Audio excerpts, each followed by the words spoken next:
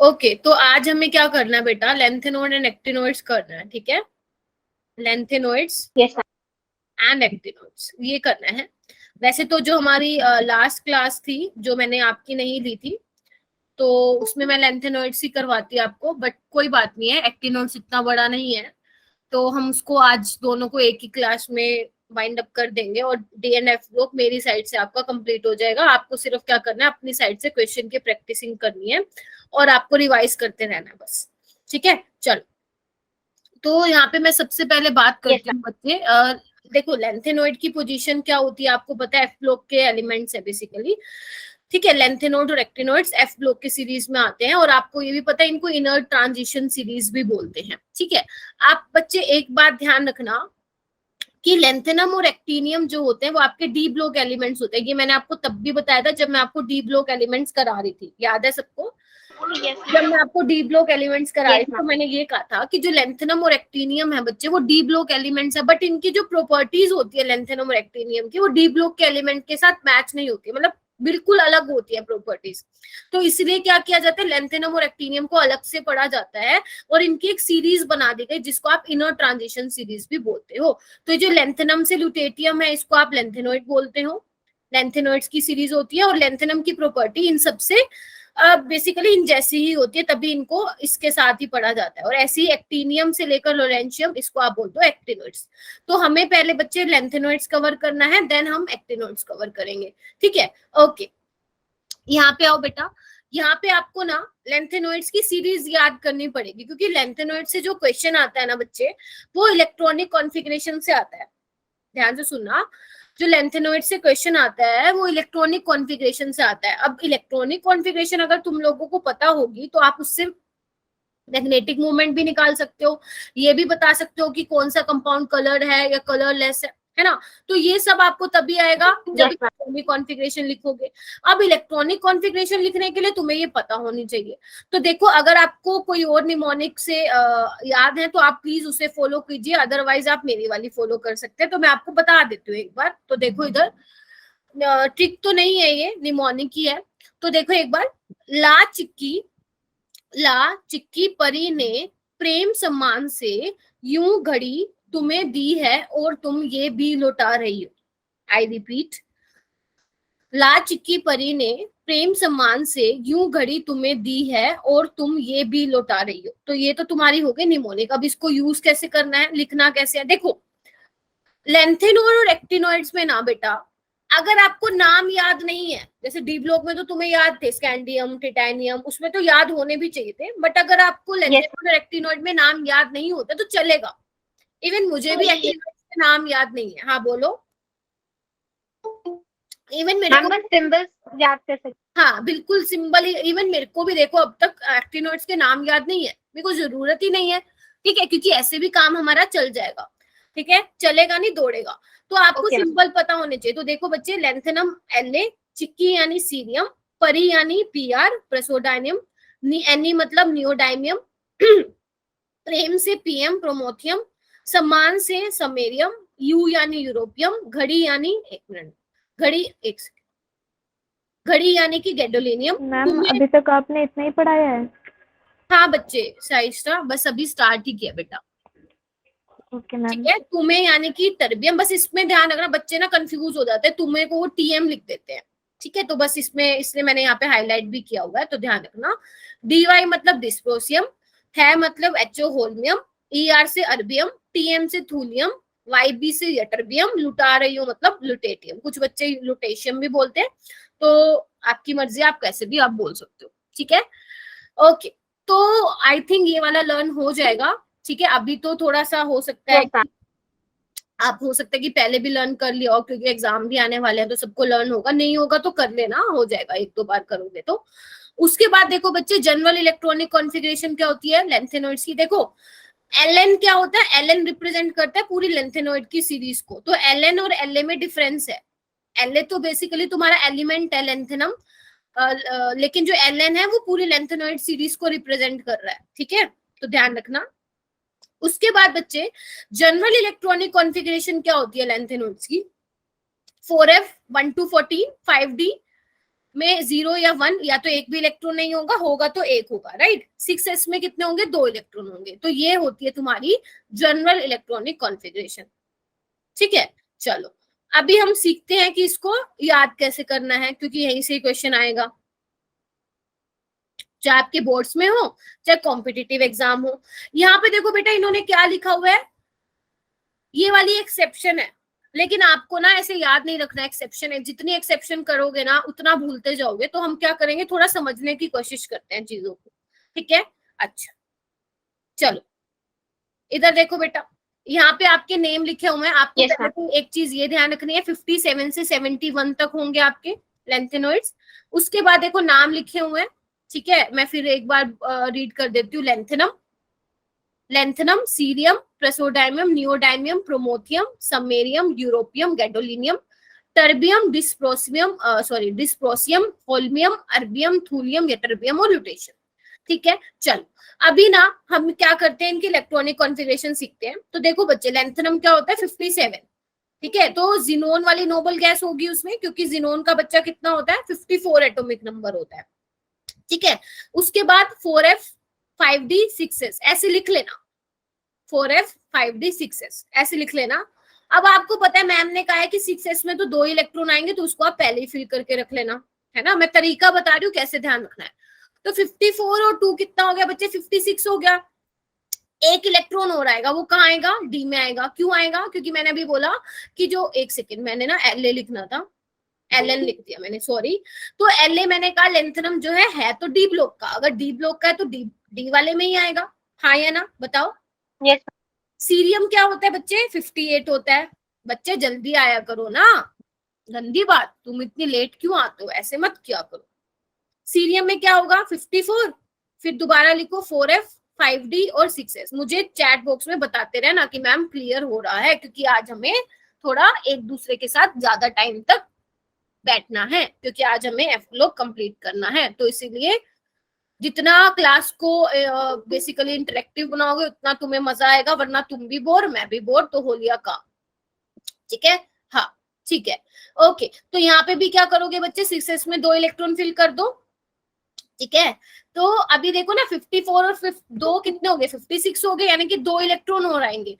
तो देखो यहाँ पे आने तो चाहिए 4f में, लेकिन देखो सीरियम में yes, ना एक 4f में फिल किया हुआ और एक 5d में किया हुआ है। तो आप यहाँ पे लिख लो, इसको लर्न करना है आपको, इसको लर्न करना है सीरियम को, मैम क्योंकि क्यों, बोलो बोलो मैम ऐसा क्यों हुआ? बच्चे, तभी बोला ना लर्न करना है, क्योंकि कुछ बुक्स में बच्चे अगर आप देखोगे ना, कुछ बुक्स में ऐसे लिखा हुआ है 4f2 6s2, और कुछ बुक्स में लिखा हुआ है 4f1 5d1, ठीक है। तो हमें किसको मानना है, हमें एनसीईआरटी को मानना है, क्योंकि एनसीईआरटी क्या है हमारे लिए, भगवान है। एनसीईआरटी कौन है हमारे लिए, भगवान है।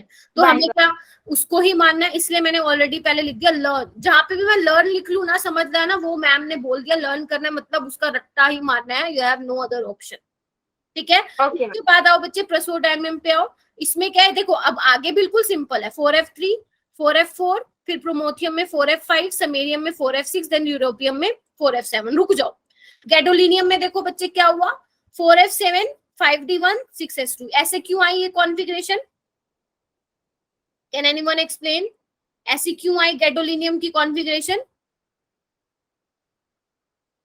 हाफ फिल्ड होती है।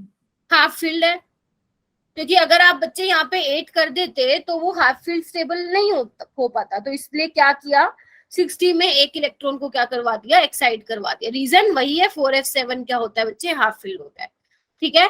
टर्बियम में कैसे करोगे, टर्बियम में यही 4f9 4f7 बोल जाती हूँ मैं हर क्लास में, 10 11 देन 12 देन 13 14। लुटेटियम में देखो फिर वही फंडा, 4f14 5d1 6s2। रीजन वही है कि फुल्ली फिल्ड है। क्लियर है सबको इलेक्ट्रॉनिक कॉन्फ़िगरेशन। अगर मैं बात करूं बच्चे लेंथेनम, yes, अगर मैं बात करूं लेंथेनम +2 की, तो +2 का मतलब क्या हुआ, +2 का मतलब हुआ कि 2 इलेक्ट्रॉन निकाल 2 दिए। इलेक्ट्रॉन 2 इलेक्ट्रॉन आप कहां से बच्चे रिमूव करोगे, आउटर मोस्ट शेल इलेक्ट्रॉन से, यानी कि 6s2 से। अगर मैं बात करूं लेंथेनम +3 की बेटा, लेंथेनम +3 की बात करूं तो कहां से निकालोगे, 2 तो यहाँ से निकालिए, और दूसरा तीसरा कहां से निकालोगे बच्चा, 5d से निकालोगे। बना लोगी?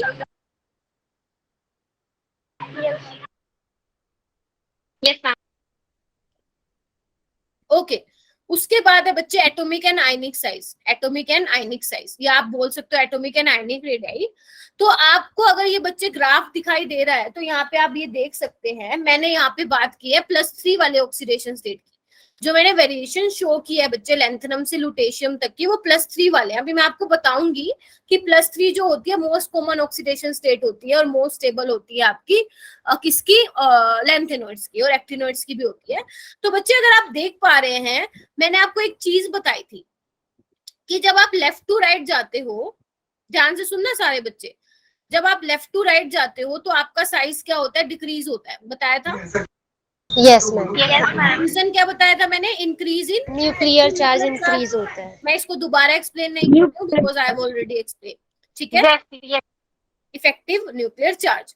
लेकिन अगर आप बच्चे यहाँ पे एक चीज नोटिस करो कि जो लैंथेनम से लुटेशियम के बीच में जो साइज का डिक्रीज हो रहा है वो बहुत कम हो रहा है।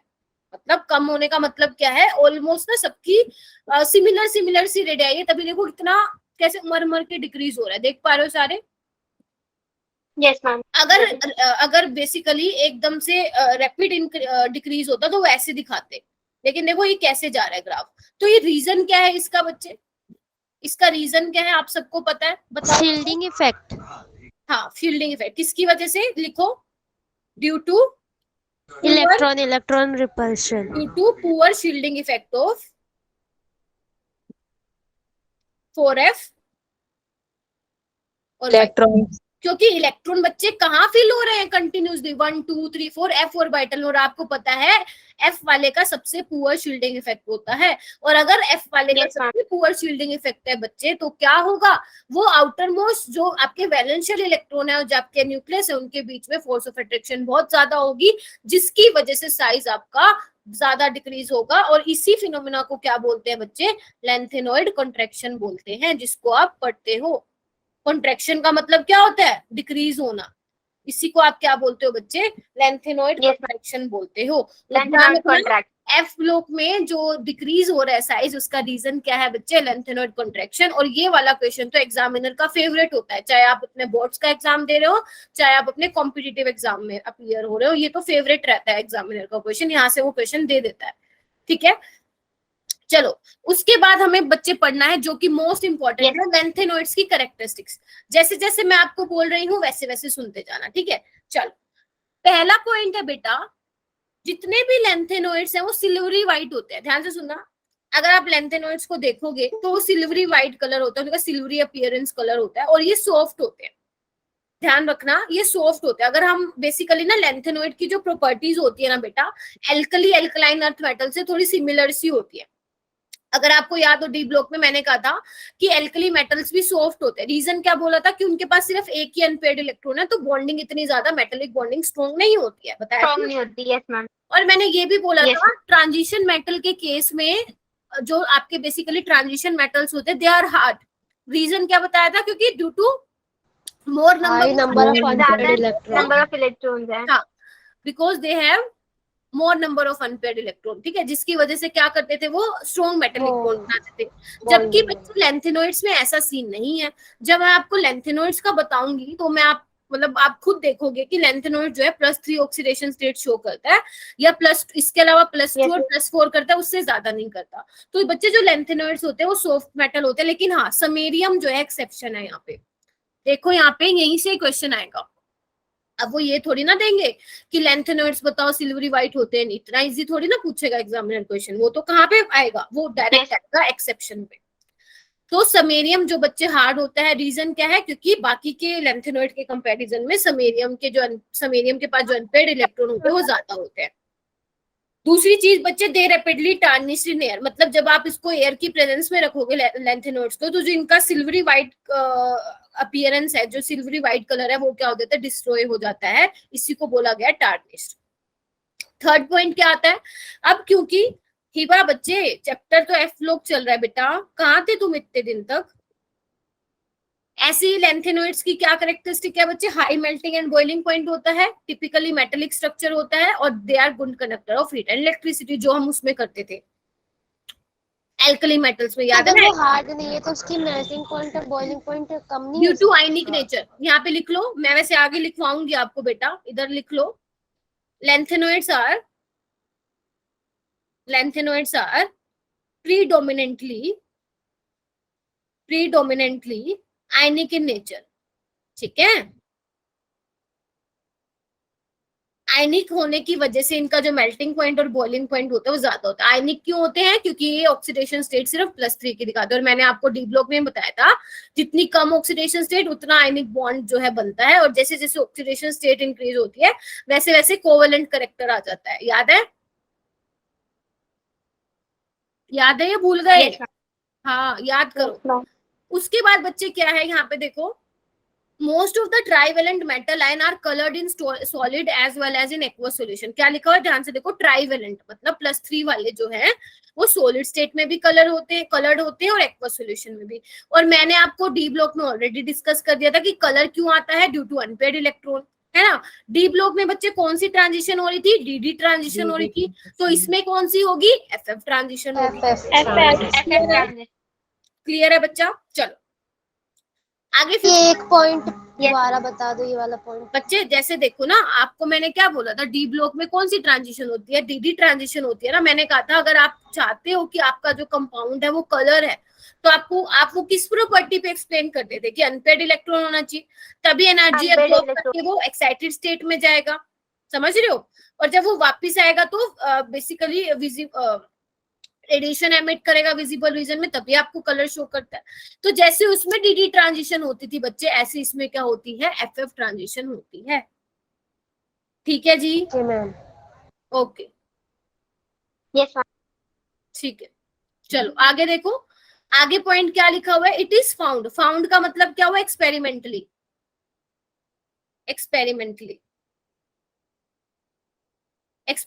ये देखा गया कि जो Fn इलेक्ट्रॉन्स होते हैं have same colour as that of F14 minus N electron. समझ में नहीं आया होगा ना, मैं समझाती हूँ। इधर देखो बेटा, देखो समेरियम और डिस्प्रोसियम का +3 में येलो कलर होता है, दोनों का सेम कलर होता है। यूरोपियम +3 और टर्बियम +3 का पिंक कलर होता है बच्चे। अगर आप इलेक्ट्रॉनिक कॉन्फ़िगरेशन एक बार अपनी बुक में देखो, इसकी जो इलेक्ट्रॉनिक कॉन्फ़िगरेशन होती है F5 होती है और इसकी होती है F9 होती है। तो 14 में से 5 गया 9, तो मैंने अभी यही तो बोला कि जो Fn वाले होंगे और जो F14 माइनस N वाले होंगे उनका कलर क्या होगा बच्चा? सेम होगा। कलर आपको ध्यान नहीं रखना, सिर्फ ये ध्यान रखना जो मैंने बताया, ठीक है। ऐसे ही बच्चे यूरोपियम और टर्बियम जो है 3+ दोनों में जो F इलेक्ट्रॉन है N और 14 माइनस N वाला सेम फॉलो हो रहा है, तो इसका भी कलर क्या आता है बच्चे? सेम आता है, पिंक कलर होता है, ठीक है। लेकिन लेंथेनम 3+ एंड ल्यूटेटियम +3 बच्चे क्या होते हैं? कलरलेस होते हैं। आपको पता है कलरलेस क्यों है? बताओ। क्योंकि F में इसमें F ब्लॉक खाली नहीं होगा, fully filled होता है. फुल्ली फिल्ड होता है, ठीक है। अगर मैं बात करूं गैडोलिनियम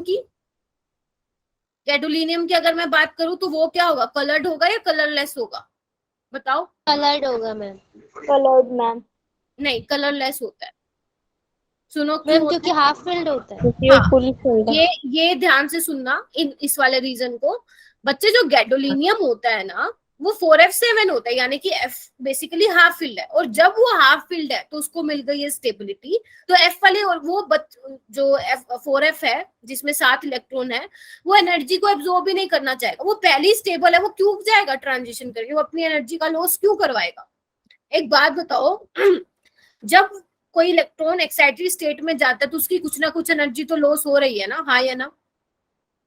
बताओ। यस मैम हो तो रही है। वो क्यों कर रहा है? वो क्यों करना चाहेगा बेटा अपनी एनर्जी लॉस? क्योंकि वो ऑलरेडी स्टेबल है। तो ध्यान रखना, गैडोलिनियम 3+ कलरलेस होता है। ये क्वेश्चन आया हुआ है। उसके बाद देखो बच्चे 6 पॉइंट, अभी मैंने आपको अगर याद हो तो मैंने अभी बताया था कि जो लेंथेनॉइड की प्रॉपर्टी होती है, जहां पे भी आपको लगे ना कि मैम समझ में नहीं आ रहा तो मुझे बता देना। 6 बच्चे प्रॉपर्टी क्या है? मैंने अभी आपको बताया कि लेंथेनॉइड्स की जो प्रॉपर्टीज होती है एल्कली और एल्कलाइन अर्थ मेटल जैसे सिमिलर सी होती है, राइट।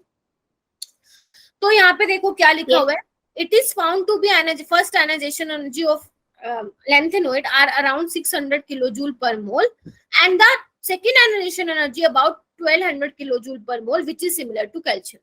अब आप कहोगे मैम ये इंपॉर्टेंट है, तो नहीं है, बस ऐसे ध्यान रखना, पेपर में नहीं आता है ये, ठीक है, बस ऐसे ध्यान रख लेना। उसके बाद वही सिंपल, अभी एल्कली और एल्कलाइन अर्थ मेटल से रिजेंबल करती है प्रॉपर्टी, तो इलेक्ट्रोपॉजिटिव भी होंगे due to their low ionisation energy. चीजों को ना बच्चे जितना आप कनेक्ट करते जाओगे ना उतना अच्छे से समझ में आता जाएगा। इनऑर्गेनिक में बस यही फंडा लगाना है। इनऑर्गेनिक में एक दूसरे से जितना रिलेट करोगे चीजों को उतना आपके लिए अच्छा होगा। 8 पॉइंट क्या है बच्चे, ये अच्छे रिड्यूसिंग एजेंट होते हैं। अभी हम इसको डिटेल में एक्सप्लेन करेंगे कि ये क्यों अच्छे रिड्यूसिंग एजेंट होते हैं। यहां तक किसी को कोई प्रॉब्लम है तो बताओ। No ma'am. No ma'am. ठीक है, उसके बाद देखो ये कुछ प्रॉपर्टीज हैं बेटा, यहाँ पे देखो। देखो जो ये रिएक्शन दे रहा है ना लेंथेनॉइड, एलएन का मतलब क्या है, सारे लेंथेनॉइड्स। तो ये देखा गया कि जो लेंथेनॉइड्स रिएक्शन दे रहा है ऑक्सीजन के साथ, सल्फर के साथ, नाइट्राइड के साथ, तो इसकी रिएक्शन वैसी है जैसे एल्यूमिनियम की होती है। रीजन मैं आपको बता दूंगी, क्योंकि एल्यूमिनियम +3 में एग्जिस्ट मतलब एल्यूमिनियम +3 ऑक्सीडेशन स्टेट होती है और लेंथेनम में भी +3 होती है, वो भी मैं बताऊंगी। तो इसलिए जो इसकी रिएक्शन होती है वो एल्यूमिनियम जैसी होती है। चाहे आप कोई भी पकड़ लो, सपोज आप ये पकड़ लो हेलोजन वाली, तो देखो ना जब आप हेलोजन के साथ रिएक्ट करवाओगे तो आपको LnX3 मिल रहा है। देखो अब ध्यान से देखो कैसे बना ये, Ln और X हेलोजन में कितना का होता है, 1 का होता है, Ln3 का होता है। तो ये आप कब सीखते थे, 9th क्लास में सीखते थे फॉर्मूला बनाना। तो LnX ऐसे आप किसी का भी बना सकते हो। और ध्यान रखना, अगर आपको याद हो जो एल्कली और एल्कलाइन अर्थ मेटल होते हैं और इवन जो एल्यूमिनियम होता है, जब उसकी रिएक्शन में एसिडिक किसी एसिड के साथ कराते हो तो H2 गैस लिबरेट होती है। ड्यू टू रीजन क्या था, नेगेटिव इलेक्ट्रोड पोटेंशियल होता है, नेगेटिव रिडक्शन पोटेंशियल। अगर तुम्हें थोड़ा याद होगा तो वो बेसिकली एसिड के साथ मिलकर H2 गैस लिबरेट करता है। आप किसी का भी देख सकते हो, नाइट्राइड का भी देख सकते हो। LnN दोनों 3 है, क्रॉस मल्टीप्लाई कर दो, 3 से 3 कैंसिल कर देना और क्या आ जाएगा, ये आ जाएगा। तो आप किसी का भी कर सकते हो। फिर बोल रही हूँ ये भी इतना इंपॉर्टेंट नहीं है, जो इंपॉर्टेंट है वो मैं आपको बताते हुए चल रही हूँ साथ साथ, ठीक है। अच्छा, अभी हम करेंगे बच्चे ऑक्सीडेशन स्टेट ऑफ लेंथेनॉइड। तो यहाँ पे देखो, यहाँ पे आपको कुछ पॉइंट्स लिखवा रही हूँ, लिखो। मोस्ट कॉमन या लिख लो मोस्ट स्टेबल, लिख रहे हो क्या सारे साथ साथ? Yes ma'am. Most common stable oxidation state of lanthanoid is +3. Ramneet, are you there? Yes, ma'am. ठीक है, ठीक है। Most common stable oxidation state of lanthanoids, Ln लिख रही हूँ मैं, Ln नॉट लेंथेनम, मैं बार बार गलती कर देती हूँ, तुम मत करना। लेंथेनॉइड्स की +3 होती है, ठीक है। ऑल्दो लिखो, although +3 oxidation state is more stable, but some of elements shows +2 and +4 oxidation state as well. लिखो इसको।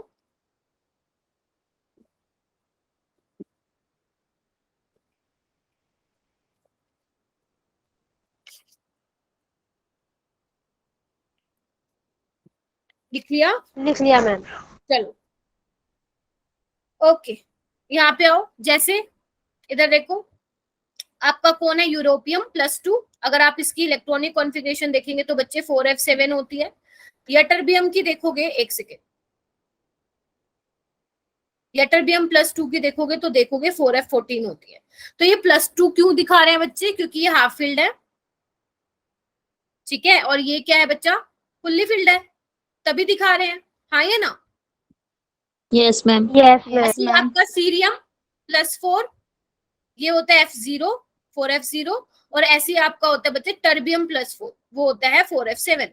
तो ये क्यों स्टेबल है, क्योंकि अगर आपको याद हो मैंने कहा था F14 वाला सबसे स्टेबल, जो फुल्ली फिल्ड होता है, देन हाफ फिल्ड, और देन वो वाला जिसमें इलेक्ट्रॉन नहीं है, ठीक है। तो ये क्यों स्टेबल है, क्योंकि एक भी इलेक्ट्रॉन नहीं है।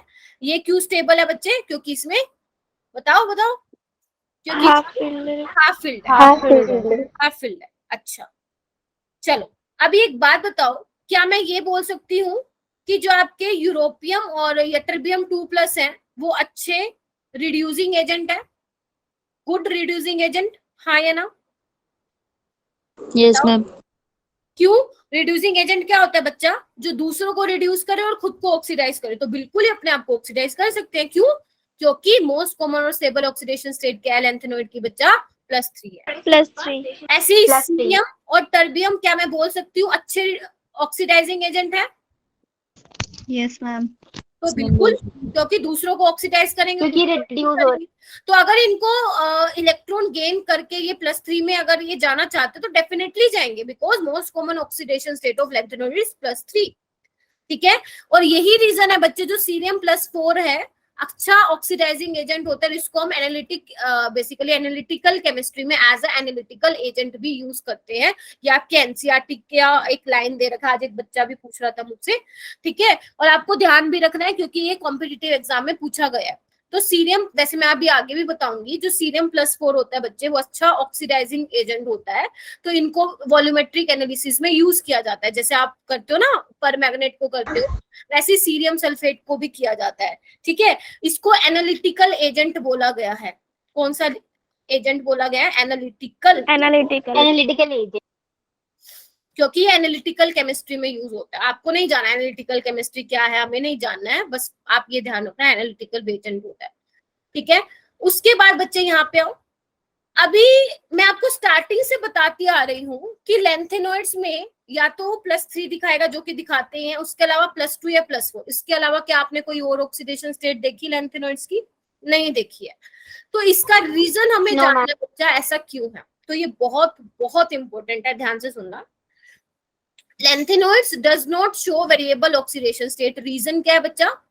Because energy gap between 4f and 5d orbital is large, or you can also say that 4f orbital is deeply buried, that is why they can't participate in bond formation. अभी मैं आपको ma'am deeply buried मतलब बता रही हूँ, सारा बता रही हूँ बेटा, होल्ड ऑन। ठीक है, देखो अगर मैं इसको कंपेयर करूं डी ब्लॉक से, मैंने कहा था अगर आपको याद है कि जो 3D और 4s में था एनर्जी डिफरेंस कम था, एनर्जी गैप कम था, जिसकी वजह से 3D वाले भी और 4s वाले भी दोनों ही बॉन्ड फॉर्मेशन में पार्टिसिपेट करते थे। यही रीजन था कि वो वेरिएबल ऑक्सीडेशन स्टेट शो करते हैं। ठीक है, लेकिन यहाँ पे मैंने क्या बोला कि 4f और 5d के बीच में एनर्जी गैप ज्यादा है। वो क्यों है? क्योंकि बच्चे ध्यान रखना, बहुत बहुत इंपॉर्टेंट है कि जो 4f ऑर्बिटल होते हैं बच्चे वो अंदर की तरफ धसा हुआ होता है। अंदर की तरफ धसा हुआ मतलब ये डीपली बरीड होता है, मतलब थोड़ा न्यूक्लियस के थोड़ा ज्यादा मतलब पास होता है अगर मैं कंपेयर करूं 5d से। तो इस वजह से बोला गया जो गैप है 4f और 5d का वो ज्यादा होता है। अब गैप ज्यादा है, 4f अंदर की तरफ बरीड है, तो कैसे वो बॉन्ड फॉर्मेशन में पार्टिसिपेट करेगा? नहीं करेगा। और अगर नहीं करेगा तो लैंथेनोइड्स कैसे वेरिएबल ऑक्सीडेशन स्टेट शो करेगा? नहीं करेगा। क्या ये क्लियर है सबको? ये क्वेश्चन पता नहीं कितनी बार आया हुआ है, कम से कम 10-15 बार तो आया हुआ है अगर आप प्रीवियस क्वेश्चन पेपर उठा के देखते हैं नीट और जेईई के। ठीक है, तो ये आपको ध्यान रखना है। आगे चलूं तो अभी तक क्या इंपॉर्टेंट था बच्चे? एक ये था इंपॉर्टेंट, सारी चीजें इंपॉर्टेंट है ये वाला, उसके बाद ये सारा जितना मैंने बताया सारा इंपॉर्टेंट था। ठीक है, ये इतना खास इंपॉर्टेंट नहीं था। इसकी कैरेक्टरिस्टिक्स ध्यान रखना, और एटॉमिक एंड आयनिक रेडियाई का क्या होता है, इलेक्ट्रॉनिक कॉन्फिगरेशन। तो बस वैसे तो इतना ही है आपका लैंथेनोइड, लेकिन हम और आगे चलते हैं, थोड़ा और पढ़ लेते हैं। मैम 1 मिनट वो लास्ट की स्लाइड दिखा दो। हाँ लो बेटा।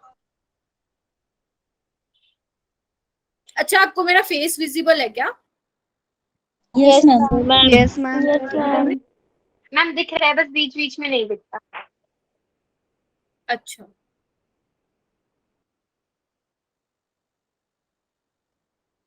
चलूं? Yes ma'am, yes ma'am. चलो,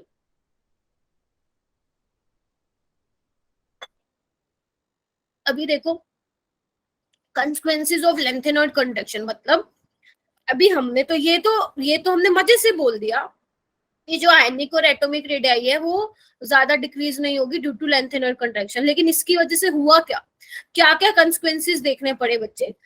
पहला कंसिक्वेंस इसका ये है कि अगर मान लो आपको सेपरेट करना है लैंथेनोइड्स को, तो आप वो कर नहीं पाओगे आसानी से, क्योंकि अब दोनों की रेडियाई सेम हो गई है, ऑलमोस्ट उसकी केमिकल फिजिकल प्रॉपर्टी भी सेम हो जाएंगी। ऑलमोस्ट, मैं ये नहीं करी बिल्कुल, ऑलमोस्ट सिमिलर हो जाएंगी।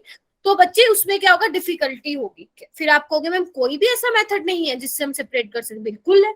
4-5 इतने बहुत अच्छे अच्छे मेथड है, वो आपको पढ़ने नहीं है, आपके सिलेबस में नहीं है। बस आपको ये ध्यान रखना है, एक आयन एक्सचेंज रेजिन मेथड होता है जिसमें आप रेजिन की हेल्प से जो है लैंथेनॉइड को सेपरेट आउट कर सकते हो। आपको नहीं जानना कि इसमें क्या होता है, क्या इसका क्या बेसिकली इसका अपरेटस होता है, कैसे हम क्या करते हैं, बिल्कुल नहीं पढ़ना। ये एक बार आया हुआ है पेपर में, इसलिए मैंने बता दिया, क्योंकि आगे भी आने का इसका चांस है, क्योंकि इंपॉर्टेंट क्वेश्चन है। क्या कि आयन एक्सचेंज रेजिन मेथड से आप लैंथेनॉइड्स को सेपरेट कर सकते हो, अदरवाइज तो वैसे आपको बहुत डिफिकल्टी आएगी। ठीक है, टेक्निक है बेसिकली।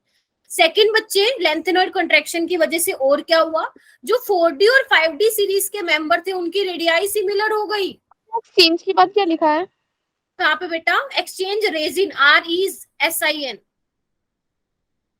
ठीक है, क्या बोला मैंने, जो आपके मोलिबेल्डियम टंगस्टन है, सिरकोनियम होफनियम है, वी नोबिता है, मतलब नोबिलिनियम, और ये क्या है, ये टेलोरियम, नाम देख लेना, इनकी रेडियाई क्या है, सेम है ड्यू टू लेंथेनॉइड कॉन्ट्रैक्शन। क्योंकि जब आप नीचे आओगे, वैसे तो रेडियाई इसकी इंक्रीज होनी चाहिए थी, क्योंकि आपको पता है डाउन द ग्रुप साइज बढ़ता है, बट इनका तो ऑलमोस्ट सिमिलर रेडियाई होगी, क्योंकि जैसे ही आप 4D से 5D आओगे, F ऑर्बिटल में इलेक्ट्रॉन फिल होना स्टार्ट हो जाएंगे, जिसकी वजह से लेंथेनॉइड कॉन्ट्रैक्शन हो जाएगा, जिसकी वजह से आपकी जो रेडियाई है बच्चे 4D 5D की, वो क्या हो जाएगी, सेम तो नहीं, सिमिलर। देखो बहुत डिफरेंस है, सिमिलर और सेम में बहुत डिफरेंस है। ठीक है, ऑलमोस्ट सेम होगी, ठीक है, लेकिन बिल्कुल सेम नहीं होगी। ठीक है जी, मैम एक बार रिपीट करना। Yes ma'am. बच्चे मैं ये बोल रही हूँ, देखो जब आप ना 4D से 5D जाओगे, 4D जैसे मान लो मोलिबेल्डियम 4D सीरीज का है, टंगस्टन है 5D का, ऐसे ही आप जिरकोनियम और होफनियम देख सकते हो, है ना, ऐसे ही आप NbO देख सकते हो, नोबिलिनियम और आपका टेलोरियम। ठीक है, तो जैसे आप बच्चे 4D से 5D जाओगे ना, क्या होगा, आप इसकी इलेक्ट्रॉनिक कॉन्फ़िगरेशन देखना, 4f में इलेक्ट्रॉन फिलिंग होना स्टार्ट हो जाएगा, जिसकी वजह से क्या होगा, वही पुअर शील्डिंग इफेक्ट वाला फिर से रीजन आ जाएगा। तो लेंथेनॉइड कंट्रैक्शन की वजह से 4D and 5D series have similar radii. Clear है प्रिया? मैम, तो लेंथेनॉइड कॉन्ट्रैक्शन को ये बोल सकते हैं कि फिलिंग 5f ऑर्बिटल पहले फिल्ड हो जाता है d ऑर्बिटल की हाँ, कंपैरिजन। बेटा इस प्रोसेस को ही लेंथेनॉइड कॉन्ट्रैक्शन बोला जाता है, समझ रहे हो? Okay, इस फिनोमिना को ही लेंथेनॉइड कॉन्ट्रैक्शन बोला जाता है। रीजन तो आपको वही लिख के आना है, अगर लेंथेनॉइड कॉन्ट्रैक्शन का क्वेश्चन आता है तुम्हारा, तो तुम्हें पूरा यही लिख के आना है कि इफेक्टिव न्यूक्लियर चार्ज होता है डिक्रीज, और F ऑर्बिटल में इलेक्ट्रॉन फिल होने की वजह से उसका पुअर शील्डिंग इफेक्ट होता है, ये सब लिखना है। ठीक है, उसके बाद कंसिक्वेंसेस क्या है, थर्ड है बच्चे बेसिक स्ट्रेंथ। बेसिक स्ट्रेंथ मतलब देखो, अगर मैं यहाँ पे हाइड्रोक्साइड बनाऊं, लेंथेनम का, इसके बाद आता है सीरियम, इसके बाद लास्ट में आता है लुटेटियम, है ना। बेसिक स्ट्रेंथ का मतलब क्या है, हाइड्रोक्साइड, है ना। अच्छा, एक बात बताओ, आप क्या बोलते हो, कौन किसकी बेसिक स्ट्रेंथ कितनी ज्यादा है? जनरल पूछ रही हूँ मैं, यहाँ पे इलेक्ट्रॉन की बात नहीं कर रही हूँ। आप बोलते हो कि मैम जो H+ दे दे वो एसिडिक, जो OH नेगेटिव दे दे बेसिक, हाँ या ना?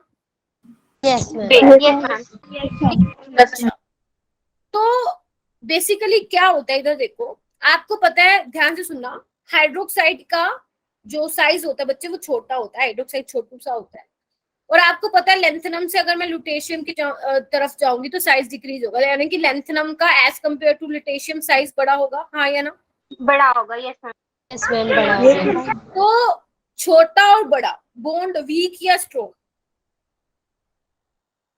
बॉन्ड वीक होगा बड़े वाले का। शाबाश, तो छोटा बड़ा लिख लो यहाँ पे, छोटा बड़ा बॉन्ड वीक। और अगर बॉन्ड वीक तो क्या OH नेगेटिव इजिली निकल जाएगा? हाँ, और अगर मैं बात करूं लुटेशियम के केस में, छोटा छोटा दोस्ती तगड़ी वाली, OH नेगेटिव नहीं निकल पाएगा, तो बेसिक स्ट्रेंथ बच्चे क्या होता है, लेफ्ट टू राइट डिक्रीज होता है, ये आप ध्यान रखना। मैम ये रिपीट कर दो। बच्चे देखो, एक छोटा एक बड़ा, दोस्ती क्या होगी, बॉन्डिंग क्या होगी, ओवरलैपिंग इफेक्टिव होगी या नहीं होगी, बताओ? नहीं होगी, नहीं होगी तो बॉन्ड वीक, देखो ना। यस। बॉन्ड वीक तो बेसिसिटी क्या हो जाएगी, उसकी ज्यादा हो जाएगी, ऑब्वियसली बात है, यही तो हम देख रहे हैं कि OH नेगेटिव कितनी जल्दी जाता है। लुटेशियम के केस में क्या होगा कि दोनों का साइज छोटा छोटा, छोटा छोटा, दोस्ती बहुत अच्छी, गहरी, और अगर बोन स्ट्रॉन्ग तो फिर ब्रेक करने में ज्यादा एनर्जी देनी पड़ेगी, और अगर ज्यादा एनर्जी देनी पड़ेगी तो बेसिक स्ट्रेंथ क्या हो जाएगी बेटा, डिक्रीज हो जाएगी। तो ध्यान रखना, आ गया, left to right basicity decrease होगी। Yes, आगे ये देखो बच्चे, Yes, लेंथेनॉइड के यूजेस हैं, ये वैसे आपको खुद कर लेना चाहिए, चलो मैं बता देती हूँ थोड़ा सा। देखो इधर लेंथेनॉइड का जो सबसे यूज है इंपॉर्टेंट, वो है प्रोडक्शन ऑफ एलोय। एलोय की प्रोडक्शन में यूज होता है, और सबसे फेमस बच्चे जो एलोय है वो है मिक्स्ड मेटल। ठीक है, मिक्स्ड मेटल में ये ध्यान रखना, लेंथेनॉइड के मेटल्स जो होते हैं 95% होते हैं, आयरन 5% होता है। ठीक है, और मिक्स्ड मेटल का पायरोफिलिक एलॉय में भी बहुत ज्यादा यूज होता है। मैग्नीशियम बेस्ड एलॉय होता है जिसको आप बुलेट्स या लाइटर फ्रिंट्स में बनाने में यूज करते हैं। उसके बाद बच्चे सीरियम सल्फेट, अभी मैंने आपको बताया सीरियम सल्फेट ये होता है, ये होता है, इसको आप ऐसे भी लिख सकते हो। ठीक है, अभी मैंने बता दिया वॉल्यूमेट्रिक एनालिसिस में यूज होता है, गुड ऑक्सीडाइजिंग एजेंट है, और ये येलो ऑरेंज कलर का यूज, मतलब बेसिकली येलो ऑरेंज कलर का होता है। ठीक है, उसके बाद बच्चे जो आपके लेंथेनॉइड के ऑक्साइड्स हैं वो कहाँ पे यूज होते हैं, ऑप्टिकल लेंसेज में होते हैं, जैसे क्रुक्स लेंसेज एक एग्जांपल दिया हुआ आपके एनसीईआरटी में, तो इसको ध्यान रखना। ठीक है, उसके बाद बच्चे एक सेकेंड रुको, एक और चीज बतानी थी तुम लोगों को। हाँ, जो आपका डिस्प्रोसियम होता है और जो आपका नियोडायमियम होता है, और जो ध्यान से सुनना इस चीज को, फिर कहोगे मैम दोबारा बताओ। प्रेसोडायमियम होता है, Yes. ये ऑक्साइड बनाते हैं, MO2 टाइप के ऑक्साइड बनाते हैं। M क्या है, डिस्प्रोसियम भी हो सकता है, ND भी हो सकता है, और PR भी हो सकता है। लेकिन जो आपका यटरबियम होता है बच्चे, वो MO2 नहीं बनाता है। क्यों? क्योंकि यटरबियम या तो +3 ही दिखाएगा या +2 ही दिखाएगा, +4 में वो स्टेबल नहीं है। जबकि डिस्प्रोसियम और नियोडायमियम और प्रेसोडायमियम क्या है, +4 दिखा सकते हैं जब वो MO2 टाइप के ऑक्साइड्स बनाएंगे। मतलब जब वो ऑक्साइड्स बनाएंगे MO2 टाइप के, तब इनकी ऑक्सीडेशन स्टेट क्या होगी, +4 होगी। तो डिस्प्रोसियम, नियोडायमियम और प्रेसोडायमियम +4 में एग्जिस्ट कर सकते हैं, बट यटरबियम +4 में नहीं कर सकता, क्योंकि यटरबियम में क्या है, +2 में 4 है, 14 है। समझे इस बात को? यस। ठीक है, क्लियर हुआ? अगर आप इतना कर लेते हो ना बच्चे, लेंथेनॉइड मोर देन सफिशिएंट है। इसके अलावा आपको कुछ फालतू का इधर उधर का पढ़ने की नीड नहीं है। ठीक है, जो थोड़ा बहुत मतलब अगर आपको लगे, मतलब वैसे तो मैंने ऑलमोस्ट सारा करा दिया है, जो कुछ थोड़ा बहुत है वो आप असाइनमेंट से देख सकते हो। देखो एक टीचर असाइनमेंट, करिश्मा क्या समझ में नहीं आया बच्चा? देखो जो आप असाइनमेंट, अच्छा बताती हूँ, मैं फिर से रिपीट करती हूँ, ध्यान से सुनना।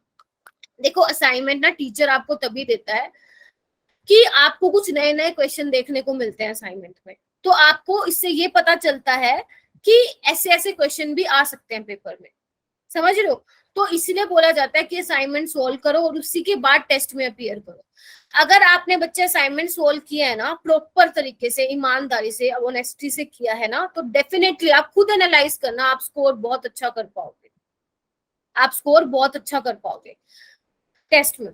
अच्छा, और आपके कॉम्पिटिटिव जिसमें भी आप, सीबीएसई का हो चाहे कैसा भी हो, हाँ वेरी गुड, आस्था करेंगे। देखो करिश्मा बच्चे मैंने ये बोला है, इधर देखो, जो आपका DY है, डिस्प्रोसियम है, नियोडायमियम और प्रेसोडायमियम है ना, वो MO2 टाइप के ऑक्साइड्स बनाते हैं। एक बात बताओ, अगर DYO2 लिखूं तो इसमें डिस्प्रोसियम की क्या ऑक्सीडेशन स्टेट होगी बच्चे? X-4 = 0, X+4। Yes ma'am. लेकिन यटरबियम नहीं बनाता, क्योंकि यटरबियम तो +2 में ही इतना स्टेबल है, 4F14 की, अपने अंदर से इलेक्ट्रॉन निकाल पाना नहीं, क्वाइट डिफिकल्ट, जबकि ये कर लेगा। अभी समझ में आया? Yes ma'am. चलो उसके बाद आते हैं हम किस पे आते हैं, एक्टिनोइड्स पे आते हैं। तो देखो बच्चे, अगर मैं लेंथेनॉइड और एक्टिनोइड्स की बात करूं तो लेंथेनॉइड ज्यादा इंपॉर्टेंट है, एक्टिनोइड से क्वेश्चन नहीं आता है। अगर क्वेश्चन आता भी है तो वो लेंथेनॉइड के साथ मिक्स होके आता है। ठीक है, लेंथेनॉइड की बच्चे केमिस्ट्री को समझ पाना ज्यादा हमारे लिए इजी रहता है, क्योंकि वो ज्यादा वेरिएबल ऑक्सीडेशन स्टेट शो नहीं करता, तो इतनी ज्यादा कॉम्प्लिकेटेड नहीं रहती है। बट एक्टिनोइड्स की केमिस्ट्री थोड़ी कॉम्प्लिकेटेड होती है। पहला रीजन तो ये है कि रेडियो एक्टिव होते हैं ये सारे के सारे, है ना। और दूसरी चीज क्या है, वेरिएबल ऑक्सीडेशन स्टेट शो करते हैं। जब जब बच्चे आपके सामने ये वाली बात आ जाए ना कि कोई वेरिएबल ऑक्सीडेशन स्टेट शो करता है, समझ जाना उसकी केमिस्ट्री डिफिकल्ट होने वाली है। अभी आपको जब मैंने डी ब्लॉक एलिमेंट्स पढ़ाया था तो आपने देखा था ना कि आयनाइजेशन एनर्जी में ही कितना इरेगुलर ट्रेंड है। प्रिया बच्चे यस मैम। मिलेगा, प्रिया इसका डिप कर रहा था। अगर फिर भी नहीं मिला तो आप मुझसे पूछ लेना, मैं आपको बता दूं। चलो अभी हम देखते हैं एक्टिनोइड्स। देखो इसमें भी आपको क्या करना पड़ेगा, याद तो करने पड़ेंगे एक्टिनोइड्स, तो इसके लिए भी आपके पास निमोनिक्स है। तो देखो बच्चे कैसे करोगे, एक मिनट देखो। एक्टिनियम, एक्टिनियम थोड़े पहलवान उनसे निपटेंगे, रुक जाओ यहीं पे ही, ठीक है। मतलब बेसिकली यहाँ पे रुक जाना, फिर उसके बाद सेकंड वाला, पुराने आम कम बिकेंगे, रुक जाओ। कॉफी ऐसे फरमाओ मैडम नाश्ता ला रही है, एक बार फिर बोलूं क्या? Yes ma'am. एक्टिनियम को ऐसे ही रहने दो, थोड़े पहलवान उनसे निपटेंगे, रुक जाओ। पुराने आम कम बिकेंगे, फिर स्टॉप। देन कॉफी ऐसे फरमाओ मैडम या तो नूडल्स ला रही है, नाश्ता ला रही है, एज यू विश जो आप चाहो वैसे कर सकते हो। चलो इसमें भी बच्चे वही है, सिंबल लर्न करना जरूरी है, जैसे एक्टिनियम का AC, थोरियम का TH, प्रोटेक्टियम का PA, यूरेनियम का U, नेपट्यूनियम का NP, प्लूटोनियम का PU, अमेरिकियम का AM, ठीक है। CM का मैं भी भूल चुकी हूँ नाम, बर्केलियम का BK, कैलिफोर्नियम का CF, ES का आइंस्टीनियम, ठीक है। इसका है फर्मियम है आई थिंक, मैडम मतलब मेंडलिनियम, जो कौन था वो, मेंडलीव, जिसने पीरियोडिक टेबल दी थी, वही वाला है ये।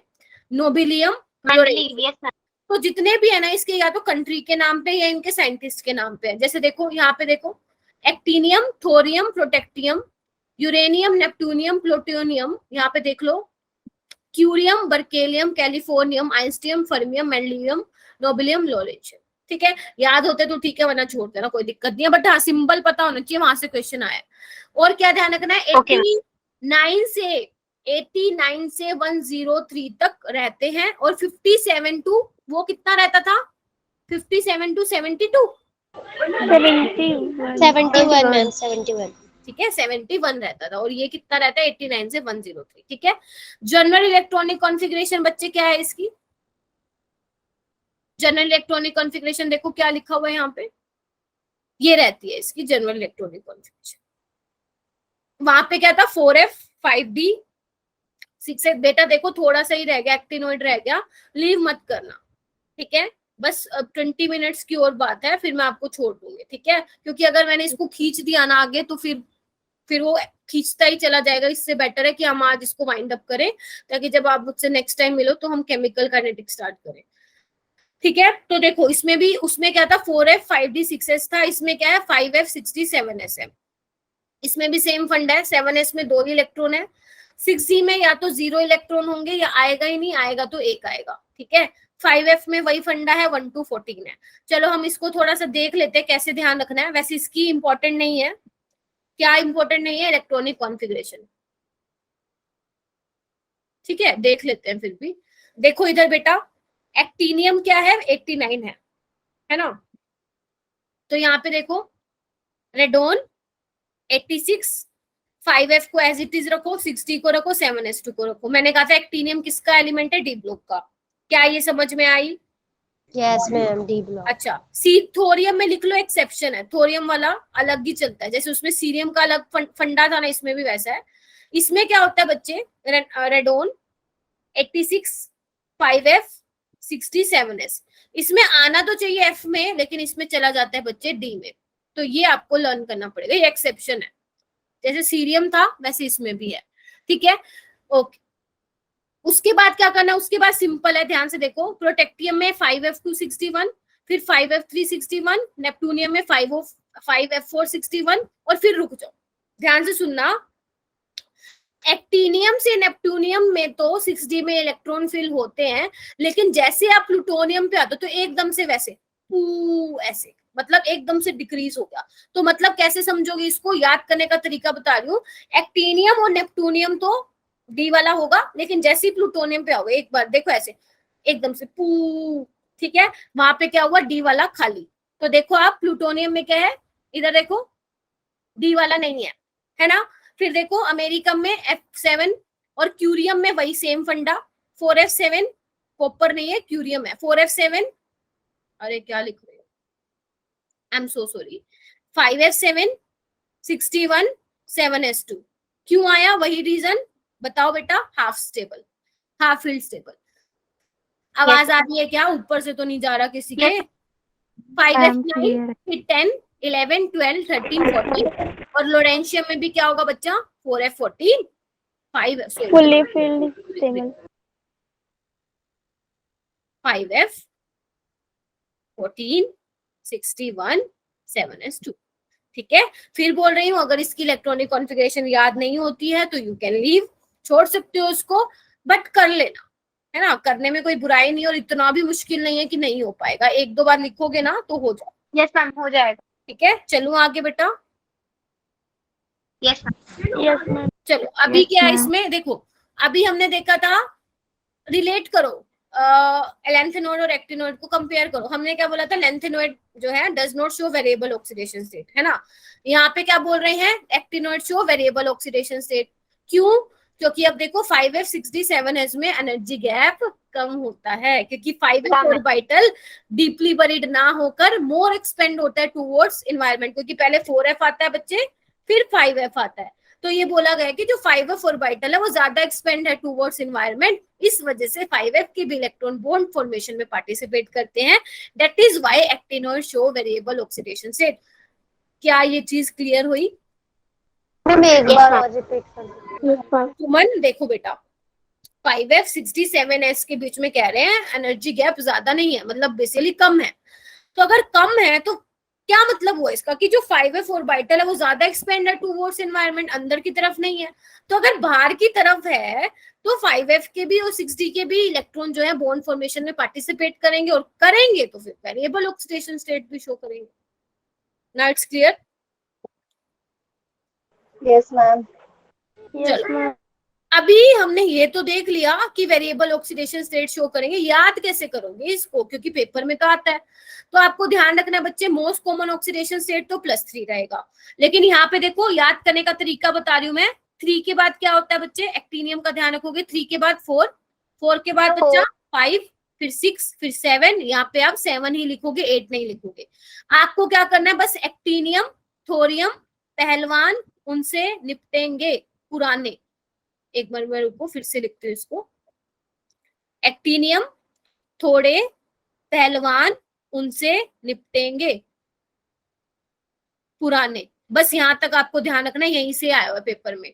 तो ये आपको मैक्सिमम दिखाता है 3, थोरियम वाला दिखाता है 4, ये दिखाता है 5, 3 4 5, ये दिखाता है 3 4 5 6, ये दिखाता है 3 4 5 6 7, ऐसे सेम 3 4 5 6 7 कर लोगे तो ध्यान रखना नेप्टूनियम और प्लूटोनियम जो है मैक्सिमम ऑक्सीडेशन स्टेट शो करते हैं एक्टिनोइड्स में। बाकी जैसे जैसे आप पीछे की तरफ जाते जाओगे, बेसिकली आप राइट साइड जाते जाओगे, +3 वाली ही ऑक्सीडेशन शो करेंगे बाकी सारे।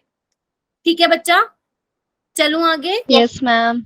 चलो अब इसमें भी क्या है? Atomic and ionic radii, simple फंडा इसमें भी है, लिख सकते हो। ड्यू टू एक्टिनोइड कंट्रैक्शन, क्या लिखोगे बच्चा?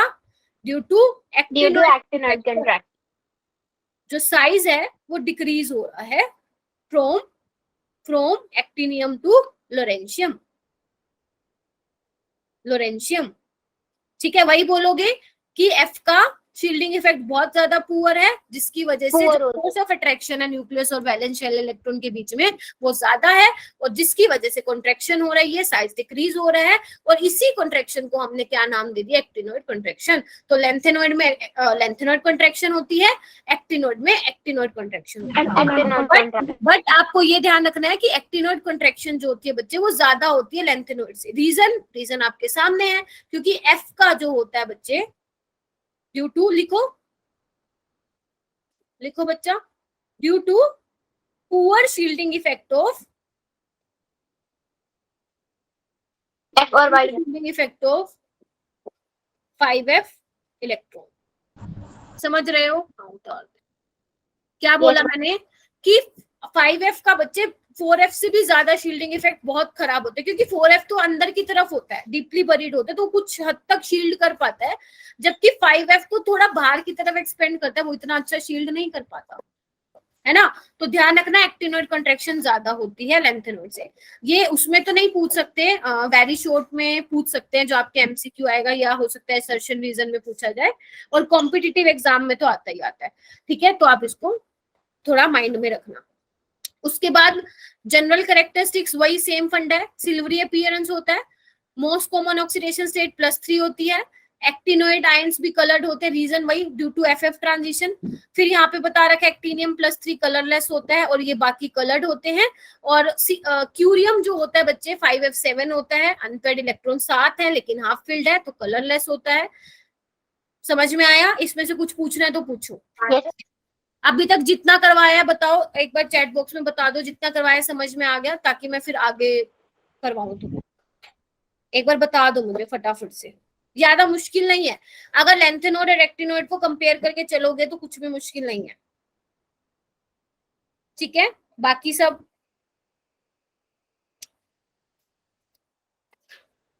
ओके। और हाँ, मैग्नेटिक बिहेवियर बता रहा है ना बच्चे, ये पैरा या डाया। पैरा जिसमें अनपेयर्ड इलेक्ट्रॉन है वो पैरा होगा, नहीं है तो डाया होगा, सिंपल। Yes, ma'am.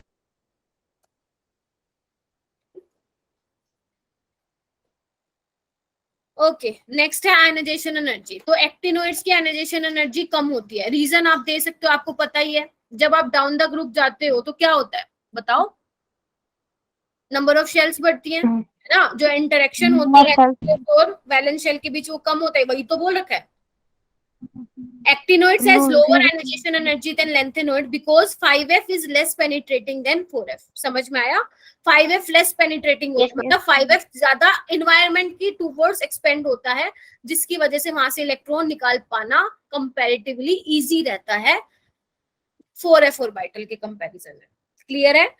सेकंड बच्चे सिंपल इलेक्ट्रोपॉजिटिव है, सारे के सारे रेडियो एक्टिव है, लेकिन Radio. लेंथेनोइड में क्या है? सिर्फ एक प्रोमोथियम जो होता है वो याद रखना रेडियो एक्टिव होता है, बाकी सारे रेडियो एक्टिव नहीं होते हैं। पैरामैग्नेटिक भी होते हैं ये, क्योंकि अनपेयर्ड इलेक्ट्रॉन है, और क्योंकि रेडियो एक्टिव होते हैं तो बच्चे हाईली रिएक्टिव होते हैं। ये कुछ कैरेक्टरिस्टिक्स है इसकी, ठीक है? अभी ये क्या डिफरेंसेस है यहाँ पे देखो,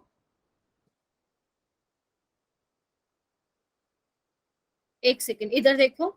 डिफरेंसेस बच्चे एक बार सारे खुद रीड करो, और जो पॉइंट समझ में नहीं आएगा मुझे बताओ। पढ़ो इसको, वही है जो मैंने अभी तक आपको बताया है, सारा वही है। पहला पॉइंट है बच्चे ऑक्सीडेशन स्टेट का, लेंथेनोइड +3 के अलावा +2 +4 भी दिखाता है, बट एक्टिनोइड क्या है +3 +4 +7 तक चला जाता है। पहला पॉइंट क्लियर है सबको? Yes. सेकंड क्या बोला है कि जो बाइंडिंग एनर्जी होती है वो 4f की ज्यादा होती है, मैंने ऑलरेडी बता दिया, डीपली बरीड होता है। शील्डिंग इफेक्ट 4f का ज्यादा होता है, 5f का बहुत खराब होता है कंपैरेटिवली। कॉम्प्लेक्सिस की टेंडेंसी, लेंथेनोइड की जो टेंडेंसी है टू फॉर्म कॉम्प्लेक्स वो कम है, रीजन क्योंकि वेरिएबल ऑक्सीडेशन स्टेट नहीं शो करता। बेसिक कैरेक्टर अगर मैं देखूं बच्चे, लेंथेनोइड लेस बेसिक होते हैं, एक्टिनोइड्स रिलेटिवली मोर बेसिक होते हैं। आप More इसका basic. ये बता सकते हो कि एक्टिनोइड का साइज बड़ा होता है तो बॉन्डिंग थोड़ी वीक होगी हाइड्रोक्साइड और एक्टिनोइड्स के बीच में, इस वजह से थोड़े ज्यादा बेसिक है। रेडियो एक्टिव का I already told you. Colour में वही है, लेंथेनोइड में बोल रहे हैं most of their ions are colourless, और एक्टिनोइड्स में ज्यादा कलर्ड होते हैं बेसिकली, क्योंकि ऑक्सीडेशन स्टेट ज्यादा शो करते हैं, तो इसमें आपको कलर भी बता रखा है।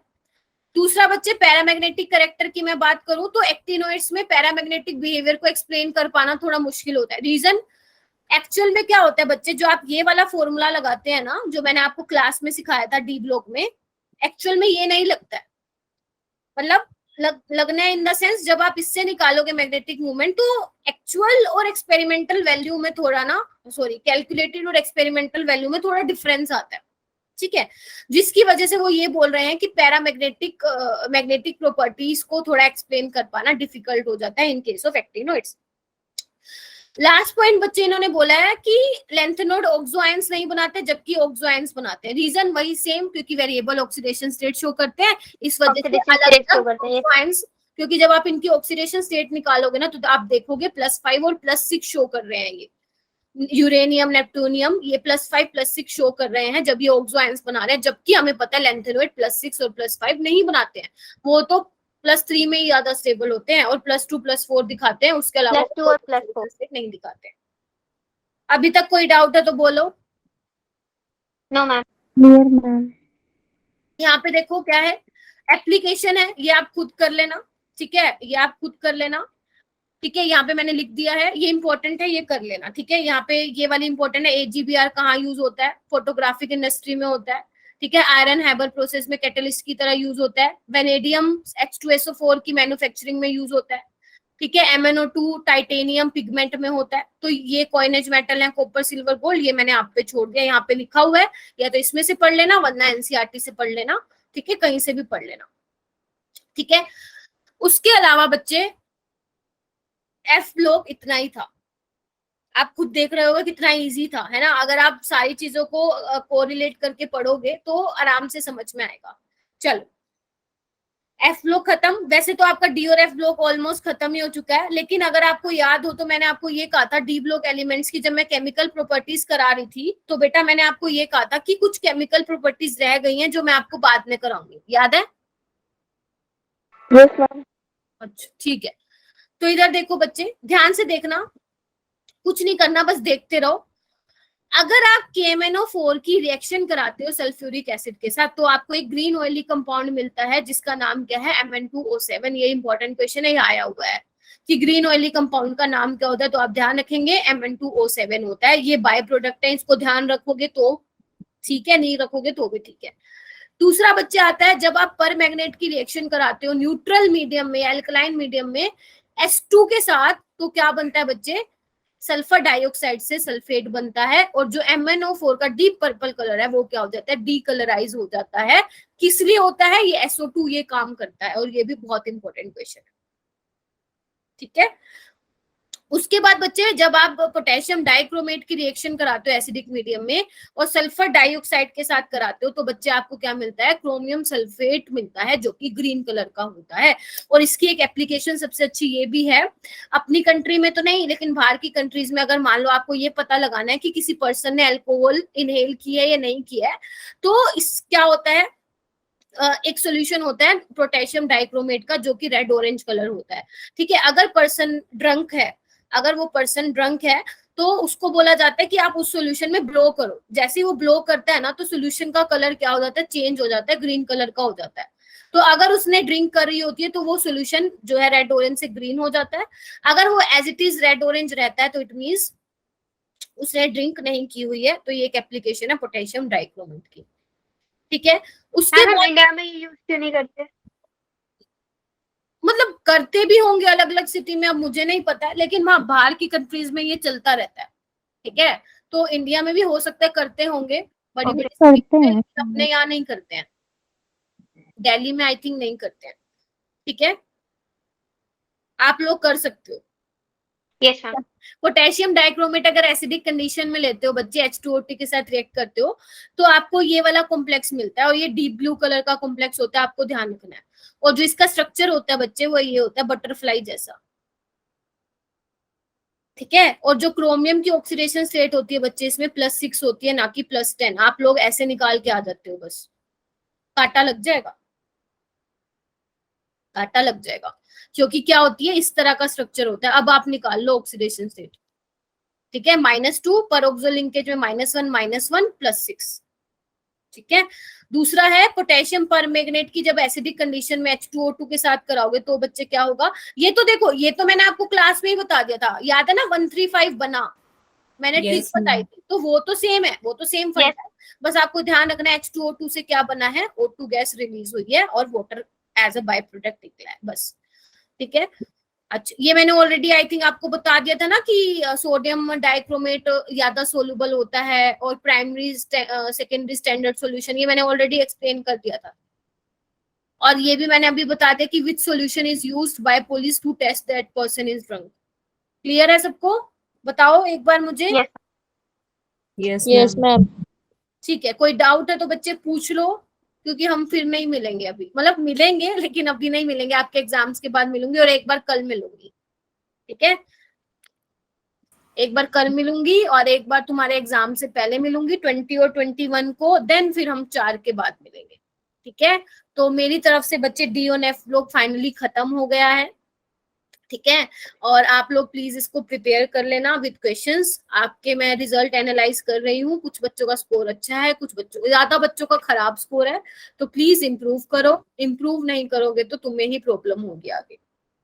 ठीक है। मैम तो केमिकल काइनेटिक्स में कौन सा टॉपिक इम्पोर्टेंट है पेपर के पॉइंट ऑफ व्यू से? करिश्मा कल वाली क्लास में बताऊंगी बेटा, जो कल क्लास ले रही हूँ ना मैं 3 PM पे, वहां पे मैं सारा कुछ डिस्कस। टाइमिंग क्या है? टाइमिंग बच्चे Okay, मैं ma'am. एक सेकंड रुक जाओ।